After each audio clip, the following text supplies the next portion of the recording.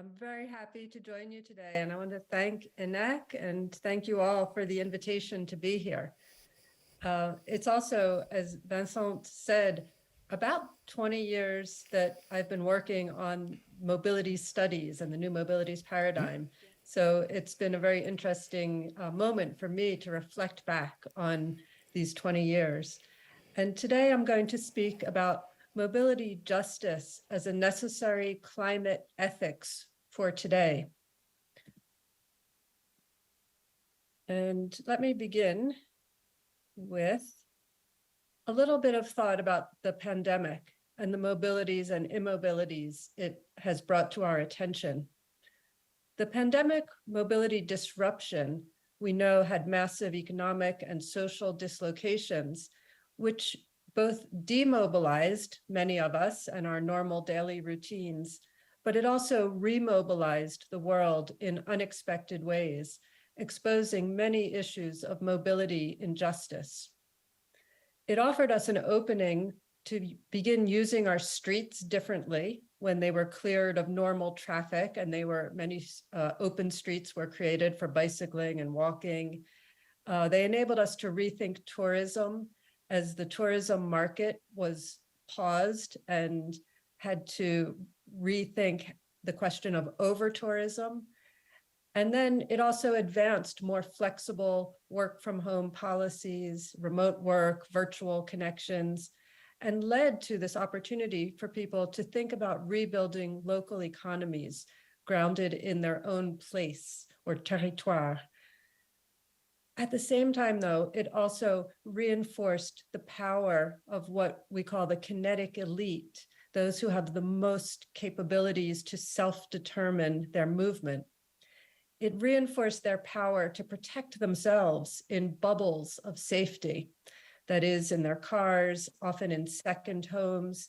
Use of private jets increased, and through the combinations of remote work, either from home or often from other places where they were able to move to and still do work.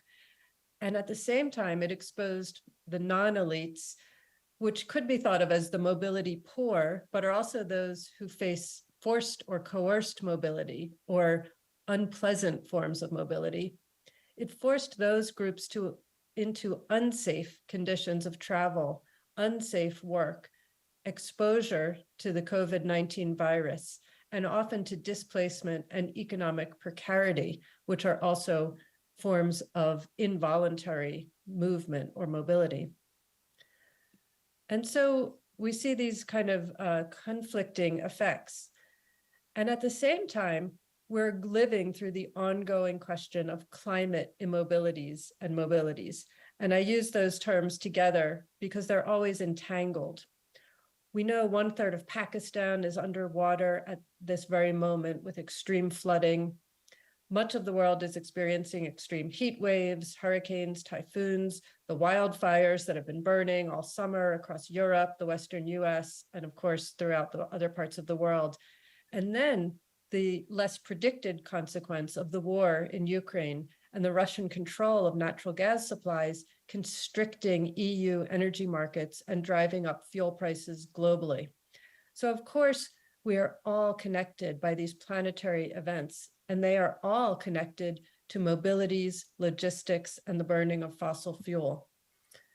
So the question we could ask ourselves today is, how can post-pandemic policy and planning for decarbonization instigate more just, equitable, and sustainable mobilities and energy use?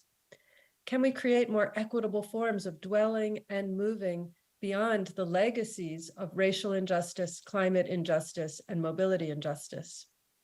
How might we recover habitability in a world on the threshold of ecological limits? And can we do that by fighting against the existing regimes of extraction, ecocide, and exploitation?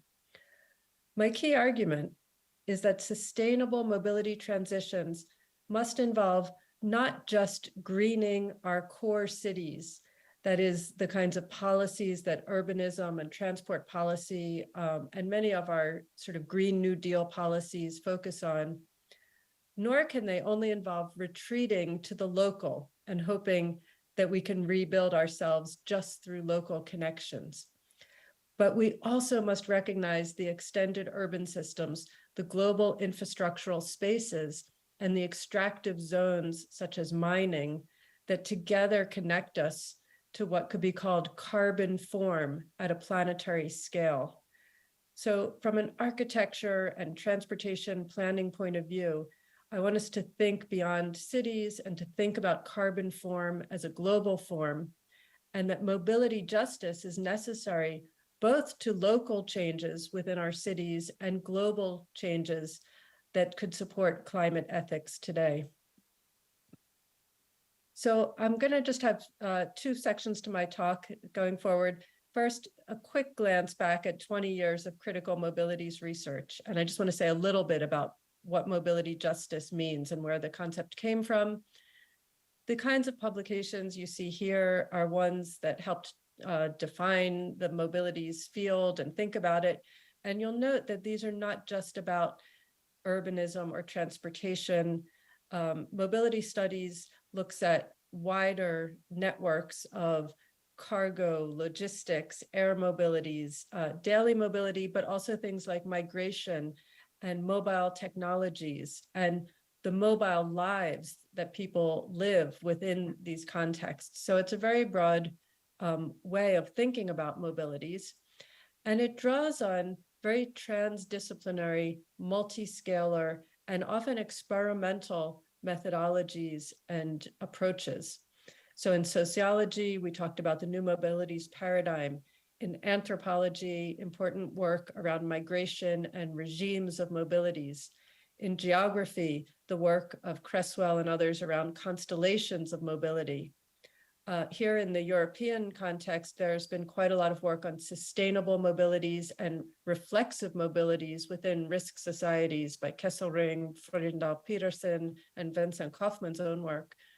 Migration studies, bordering processes have been another important area of mobilities research, but also in architecture and design, we see Ole B. Jensen and collaborators working on designing mobilities and staging mobilities from above and below. Philosophers of kinopolitics and what Thomas Nail calls the kinoscene. History and literature, arts and humanities, experimental work on futures. So many, many different fields have contributed to thinking in this particular new way about mobilities and their relation to the world. So mobility justice, in particular, is about thinking kinopolitically. Kino meaning movement, the politics of movement, and that all mobilities are political.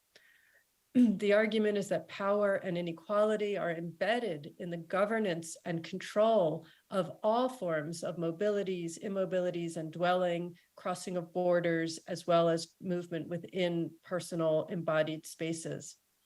And these mobility regimes are premised upon differential control or self-determination of movement and uneven access to mobility space. And this control over mobilities and immobilities, we argue, has deep historical roots in patriarchy, colonialism, imperialism, racial capitalism. These differential mobilities are performative, that is, they are scripted into the mobility regimes, the spatial relations, the everyday practices that we live within and through. And we focus not just on movements of people, things, or vehicles, but also on how these are interrelated, shaped by and shaping unequal power relations through cultural and visual means as well as physical means. So virtual mobilities, communicative mobilities, all of these are involved. And ultimately, the mobilities paradigm challenges views of territories and places as fixed, as sedentary. And what we still see is a dominant notion that portrays societies as bounded, like that is the norm, and that we see in resurgent ethno-nationalist and bordering processes. And it's very important from this kind of question of global ethics to understand that places emerge out of complex relations of mobilities and movements. They are never bounded and singular. They are not sedentary and then become mobile. there are mobilities and then different forms of subjects and settled nations and places come out of those mobilities. So different forms of mobilities are always already entangled in producing and reproducing unequal social relations, whether on the local scale, the regional, national, or global scale. I'm going to move right ahead here. So finally, I just want to say on this point about thinking across entangled scales and systems. So I begin from bodies which are raced, gendered, classed, aged, have different abilities, and take that notion of the kind of immediate movement of our body and then link that to how we then access transportation and the dominant mobility regime, which is automobility, but other forms of active, walking, cycling, and then how this ties in to the urban level, the urban infrastructure, space, energy, communication systems.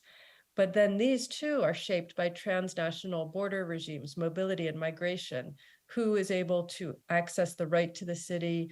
Who is the labor force within different places? Who maintains and cares for the mobilities of the city and our transportation systems? Who are the drivers? Who are the cleaners? All of these are linked to migration and mobility across borders. And then this is all linked to planetary mobilities, such as the movements of energy, of metals, or of CO2 emissions, of pollution and waste. And all of this then circles back. It impacts on our bodies, it impacts on our transportation system. So there's a loop across these different scales, which of course we see, especially with the COVID-19 pandemic.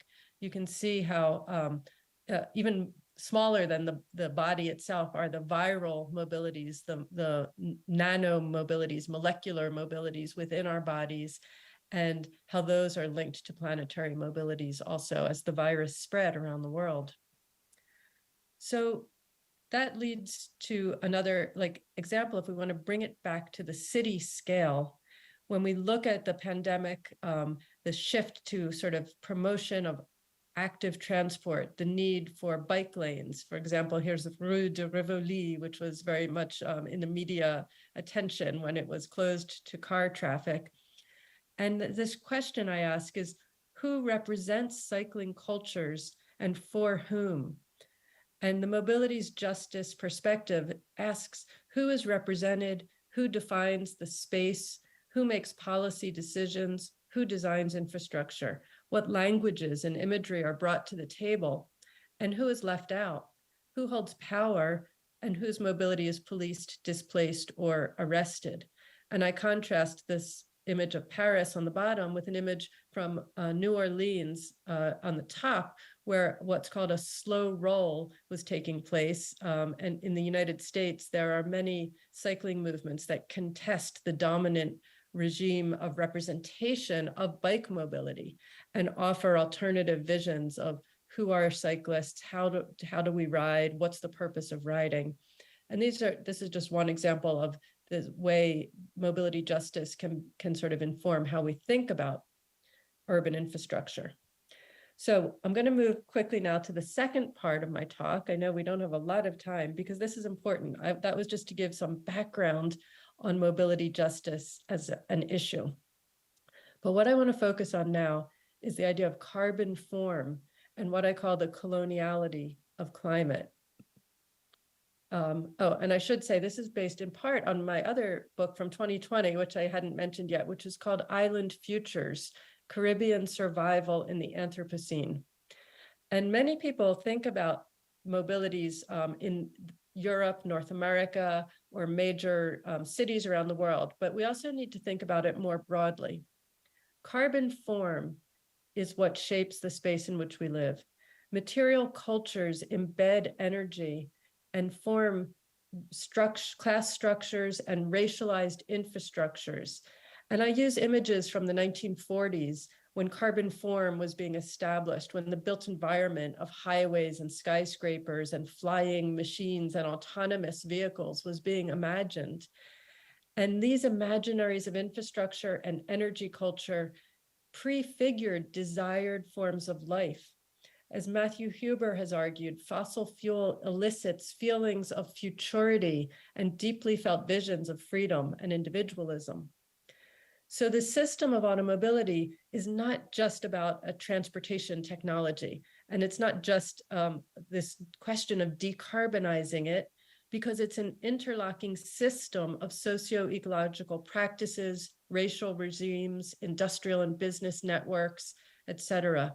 So to decarbonize, we must remake the territories that are shaped by carbon form and petrocapital, like this image from Mobile Gas of the entire planet wrapped in a drop of oil. It says, a new world is being born in America's petroleum laboratories, right, in the mid-20th century. So green transitions require us to look at broader issues of changing carbon form through responsibility for climate reparations, for paying loss and damages, for financing the displacement and the resource extraction impacts on ecologies and on people and on ongoing climate vulnerability. In my work on the Caribbean, I look at the coloniality of disaster, this question of how vulnerability to climate change is not just a product of natural conditions, it's a colonial condition. Many Caribbean governments and small island developing states are asking, what responsibility do the largest emitters of greenhouse gases have for climate disasters? And of course, we hear that coming from Pakistan this week as they are questioning who will pay for the rebuilding of the country. The question is not just one of climate adaptation then, but climate justice and paying our climate debt. So I have just a couple minutes left to kind of bring this to a conclusion about decolonizing mobility transitions.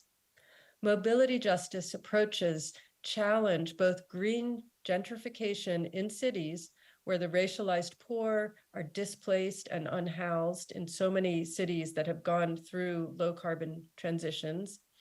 And we have to also challenge climate colonialism, which is premised on extractive sacrifice zones for mining metals, which displace indigenous land and water protectors and other rural communities for the sake of the global energy transition.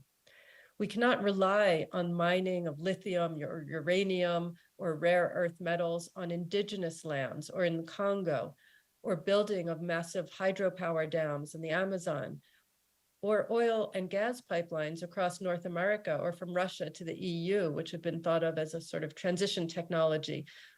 We see the instability of that framework. So our mobility regimes exist in relation to planetary mobilities, movements of energy, flows of water, emissions of carbon dioxide, the release of pollution and deposition of waste. And we must recognize how all of these interact with the various natural cycles that shape the living environment and human habitat. So finally then, I come to a call to action, especially for ENAC, for architects and for planners and engineers and transportation advocates, to recognize colonial and imperial legacies, structures of uneven development, racialized harm and ongoing inequities through an approach that Malini Ranganathan and Eve Bratman call climate justice rooted in abolitionism, one that seeks to address racism and climate-induced harm together. We need to support infrastructural reparations and pay our climate debt. We need to shift planning power away from capture by kinetic elites through democratization and decolonization of local, regional, and global decision-making processes.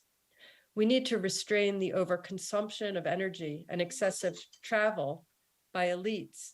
And I'm very interested in the call in France for banning private jet travel.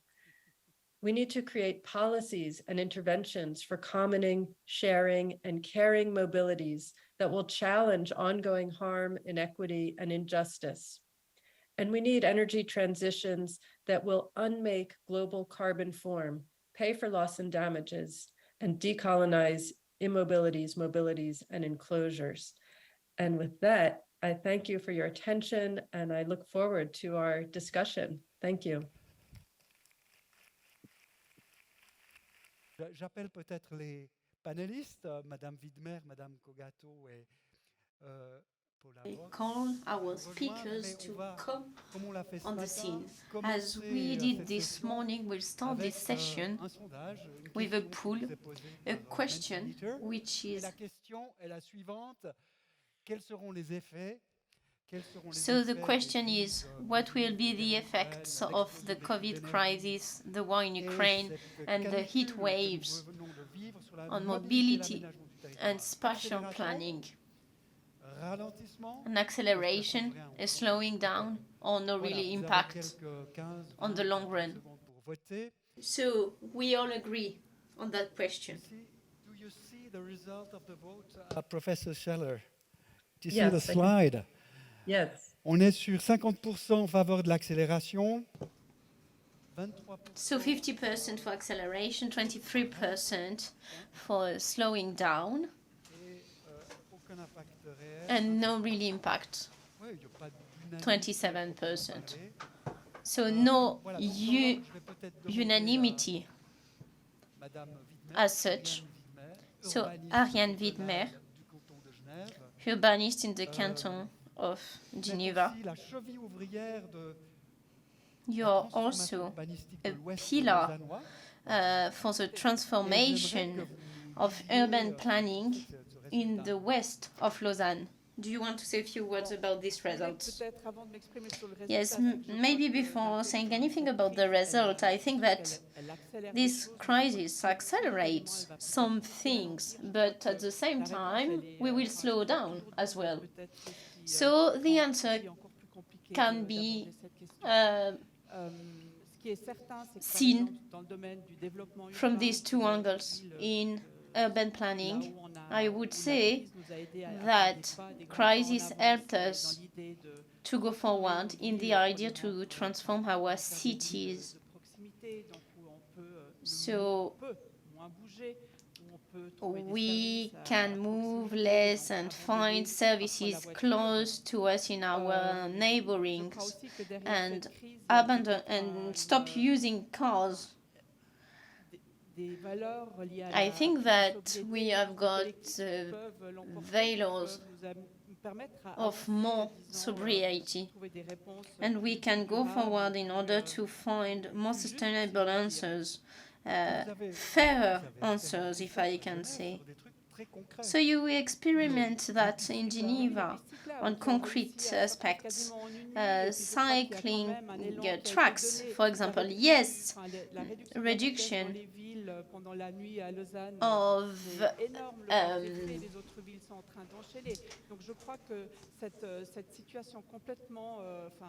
velocity in the cities. So I think that it gave us courage in order to propose or to change the direction. What did you do in your PhD work in Holland, a small city in Holland, in the kingdom of the bike? Do you see any change before and after COVID? On my side, it was a special experience in Adelphi. It's a very small city. We have got riders everywhere. Everyone takes his bike to go to uni or to go shopping. We use our bikes to transport everything, and the trend with bikes is really different in comparison to here. So we do not stop. We try to integrate ourselves in the flow, in the traffic flow. And the bikes have the priority. That's what I've seen. I also ride here. It is very different in comparison to Holland. In Holland, we already had the infrastructure with cycling tracks, which were very connected before COVID. And of course, during COVID, we could see less people in the streets, on the roads. Yes, Elena Cogato, you're the author of a book, Postcard World, published before COVID. From this point of view, this research which is quite significant in the lemanic arc. How do you interpret the results of this pool? Yeah, I could answer to the same question. Wondering myself if these changes on sustainability, do we consider it that it should happen, so we'll get more sustainability due to the effects of COVID? Or could it make it possible to think about breakthroughs, about mobility transition and mobility? As researcher, a question like that makes that I wonder what, thanks to this crisis, we can think of and make the transition possible. I think that this kind of crisis will help us. For decades, we were talking about a possible transition through remote work, so the idea to work from home. And this is the idea of the future society. For me, it was an hypothesis, but I couldn't think that it could be possible. But in the end, yes, it is feasible. And I even experimented it. Yes, that's what we were saying this morning with Professor Mesterly, talking about at which stage we are. So it took the classification of Kruger's denial, depression, experimentation, decision, and implementation. We'll come back to that. I'd like to ask you the question, before you react to what Mimi Scheller said, and also that notion of mobility justice, is it something that speaks to you? How do you analyze the result of the Mentimeter survey? Yes, I mean, I agree with all of the commentaries so far, which is that we did see some wonderful openings and possibilities for accelerating the sustainability transition, especially in those cities that were able to build their bike infrastructure, build their cycle paths, extend them like Delft or Lausanne, and have more people out on the streets. We also saw that not just in Europe, but just a little bit in the United States, but also across Latin America in cities like Bogota, Mexico City, which also took the opportunity to advance cycle paths. But on the other hand, I think while it opened up imaginaries and possibilities, there's what you might call the unintended consequences or boomerang effects, where the pandemic created economic instabilities and logistical instabilities and blockages, as well as triggering war and in other places that then make it harder for us to make the sustainability transition. So in other words, where we see fuel prices going up, but people being upset and protesting against that, and the need to reopen coal-fired power plants, for example, in Germany, the need for people to demand return to automobility. So in the United States, we saw many more people return to their cars and car driving because our public transit systems were unable to respond effectively and were shut down. So just a lot of contradictory effects, I think, pulling and pushing in different directions. And it makes us have to imagine a more chaotic pathway towards transition, not a smooth one-way progress. Ouais, j'aimerais vous demander un peu comment vous vous positionnez. I'd like to ask your point of view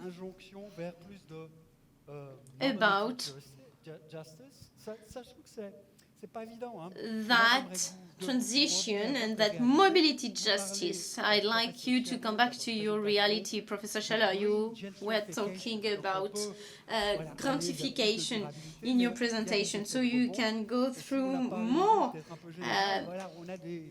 sustainability, but in the end we have got not so good effects. But first of all, that idea of mobility justice. Exactly, I think that at the level of the canton of Geneva there is a peculiarity. This is a canton which is small for the population which lives there. So the question of justice or equity is a trend on that territory, and the public hand, if I can say, seized that role. So to make this balance possible, or to fight against inequalities, regulations that ensure that neighboring are mixed with different kind of accommodation. We try to avoid ghettos. We have got an inclusive public space. And for me, this is part of this question of justice. You can say that you organized a real case exercise in the west of Lausanne. And you implemented that mobility justice. Yes, exactly. In the west of Lausanne, when the state council said, well, this development is not possible anymore, what he did is that they were thinking about investing in transport infrastructures. So on full sectors, it was underdeveloped. For example, there was no buses at night or during the weekends, and so you were obliged to have a car, and if it was not the case, you couldn't move. So for example, the train station in Renan, it was difficult to have access to the platforms. Retrospectively, with the Posca World in your research, a prospective exercise, you elaborated different scenarios. Did the notion of mobility justice play a role when you thought about these different scenarios? Yes, it had a role when we analyzed the region of... Yes, it was a test territory. It is surprising, but the idea was that if on that territory we do not have enough commitment and means in order to make the use of car less important, well, we would be in a situation of suburbanization. So why a territory couldn't go through decarbonization? It would be a good thing. At the beginning was that idea, but after that, other measures and other inequalities. Professor Scheller mentioned that, but of course we take good care of our territories and inequalities, so it was about that. So we wanted to reorganize the huge urban territories. So for each scenario, when we had the current mobility and sometimes a significant reduction of mobility, but at the same time to have a daily accessibility, so within 15 minutes perimeter. So the values of an active mobility accessible to the whole population, we wanted to ensure that. This is the idea. Of course, we could talk about more environmental questions. All right, Professor Scheller. So these are local issues. On your side, you have got a global approach. I'd like to ask you this call for action for architects, civil engineers, transport engineers. How do they respond to that? Which kind of answer or response do you get? This call for action, you know, it's a bit intimidating. Well, I mean, I think one of the important issues is what is the role of universities and educators in fostering the next generation of architects, of engineers, of planners, because it's partly how we're trained to think. And we're trained in separate, not just disciplines, but specialties within each discipline. So the specialists in transportation are different than the specialists in, you know, for example, metals mining or industrial processes. And I really hope that our schools of architecture, planning, engineering, and all the STEM subjects will bring in a more comprehensive view, a more kind of systems design and systems thinking, right? What is our Earth system? How has it been designed? That's why I talk about the planetary scale, so that it's not enough to just focus on our, you know, bicycle paths or our electric vehicles or a piece of the transportation infrastructure. We need our thinkers and our doers to look at the big picture. Si je vous comprends bien, vous ne pensez pas qu'on va régler les problèmes climatiques. So if I understand you well, you think that we are not going to solve climate change with autonomous vehicles. No. So no solution with technologies. So you are doing a PhD at ENAC. Do you have the feeling to receive a comprehensive and transversal training, and you can go out of that silo way of thinking? Well, I choose something very specific. So for my bachelor, it's in bachelor, and for the minor, interdisciplinary urban planning. And I think that in that minor, we could choose transversal trainings with architects and engineers. For me, especially these courses with Lab Lazur helped me to think not only as transport engineer. We want to create a cycling path or a train path, but we have to think what is the sense behind it, which are the needs if I create a cycling track for just one section of the road, and after that there is nothing else. It doesn't make sense because the rider is more at risk. So we need to understand all that, and the figures for the population is very important. As a transport engineer, I had a very good training at EPFL.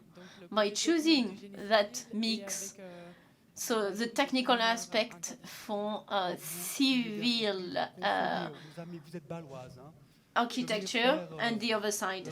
So you are from Bâle and you choose to study at EPFL. Yes, and I recommended the same to my friends. So this principle of mobility justice, is it obvious for you, or is it complicated to implement? At the beginning, I had difficulties to understand. That's what you said about mobility justice. It is exactly what we have to implement. So means of transport which are accessible, and we need to think in our data collection and simulations people's profiles. Did we think about people who have other means or backgrounds? I fully agree on that topic, that we should implement everywhere. What are the trends right now? So we will come back to our questions. Mobility, territory mobility versus sustainability. What are the trends right now? What are the conditions? Do we see a better life quality? And also the questions that are linked with densification. Is it a trend? Will it increase? I've just visited the Plaine du Loup, so I have an opinion on this question. So densification, I think it's an idea that does not cover everything. In the current trend, we have an issue, and this is a shared issue. We want to save land use because this is a finite resource. So we cannot keep growing. So it means that we are using territories that have already been used, that are sometimes already damaged. So we will have to find a process that is not about making things more dense, but rather to regenerate. And you've been using the idea of reparation. So this is maybe what we are trying to do with the population right now. We see an increase in population. It keeps growing.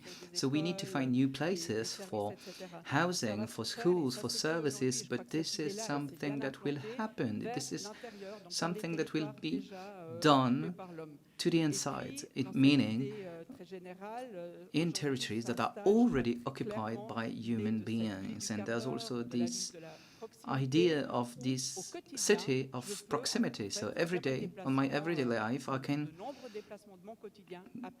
do most of my actions walking.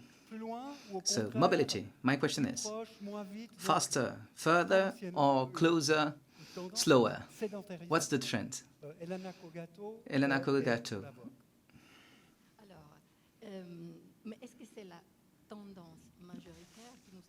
Are we really interested in the trend? Or should we see the weak signs of the change to come that are showing the possibilities of development? That's what we were talking about this morning. It's maybe more important to highlight examples, even if they are small, and build on them. So I totally agree with what you've been saying, of course, but maybe everybody is experimenting. Everybody sees that there's traffic, for example, around here. And we have this impression that there's more traffic every day. But if we look at the statistics, and we see that there's a decrease in the number of cars per capita. We see that new use cases are appearing. This is not a trend, but these are favorable signs. And maybe we should try to find them and use them, even if it's just the beginning. Paula Vogg? This makes me think of another project, the Hyperloop project that is also developed at the EPFL. So it's a new technology using a train in a vacuum that's very fast, and we think it's great. We will stop using cars to use this system because it's way faster and more efficient than cars, and it's also sustainable, so it's great. However, there are rebound effects. For example, Peter Massali told us this morning that we are improving something, but there's a trade-off. When we talk about ODDs, it's also the SDGs, it's always the same. And we also have trade-offs. If we do that, we will have more pressure on some cities because some cities will be very well connected and so will be under pressure. This will increase the rent, for example. This might also increase the pressure on some streets in certain cities, so more traffic. So there's, of course, a balance to find, as usual. We want to improve mobility, maybe faster, maybe further, but at the same time, we have to think about this justice. We need a balance.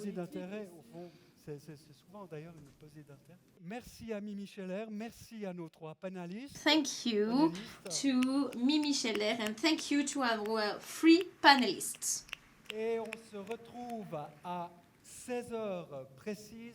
We'll come back at 4 for the round table with the deans. See you later.